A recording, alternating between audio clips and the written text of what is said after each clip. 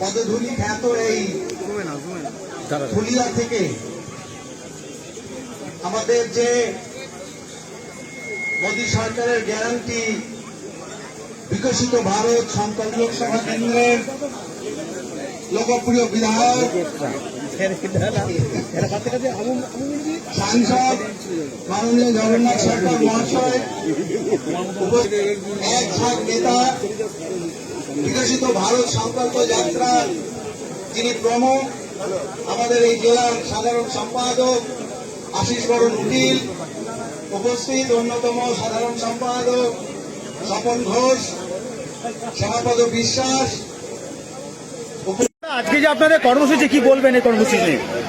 আজকে সারা ভারতবর্ষ যে সার্বিকভাবে এগিয়ে যাচ্ছে, সেই এগিয়ে যাওয়ার বার্তা সারা ভারতবর্ষের জনসাধারণের মধ্যে প্রচারের জন্য, আর সেই বিকশিত ভারতের সুবিধা থেকে বঞ্চিত মানুষের তাদের কাছে পৌঁছে দিয়ে তারা কেন বঞ্চনার শিকার, তাদের পাশে গিয়ে বঞ্চনার কারণ জানা এবং তার বঞ্চনার হাত থেকে মুক্তি পাওয়ার জন্য কিছু বিশেষ ব্যবস্থা আমাদের আদরণীয় বিশ্বের জনপ্রিয় নেতা, আমাদের ভারতবর্ষের সর্বশ্রেষ্ঠ প্রধানমন্ত্রী শ্রী নরেন্দ্র দামোদর মোদী মহাশয় একটি প্রকল্প নিয়েছেন।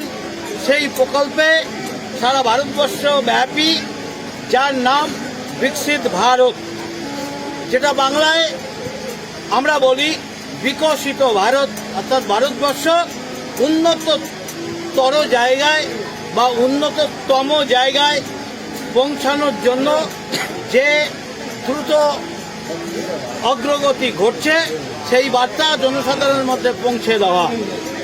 আজকে অতীতে এর আগের সরকার 10 বছর আগে তাদের উন্নয়নের গতি কী ছিল, আজকে উন্নয়নের গতি কী সার্বিকভাবে, সেটা মানুষের কাছে তুলনামূলকভাবে তুলে দেওয়া, আর তার ভিত্তিতে দেশ কিভাবে এগিয়ে যাচ্ছে তার জন্য একটি তথ্যচিত্র আমরা পেছনে দেখছেন যে সিনেমা প্রদর্শনের মতো পর্দা লাগানো আছে।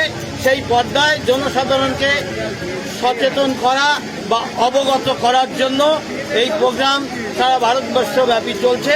আমাদের নদিয়া জেলা রানাঘাট লোকসভা কেন্দ্রে আজকে এই যাত্রা প্রথম। জগন্নাথ সরকার, রানাঘাট লোকসভা কেন্দ্র সাংসদ।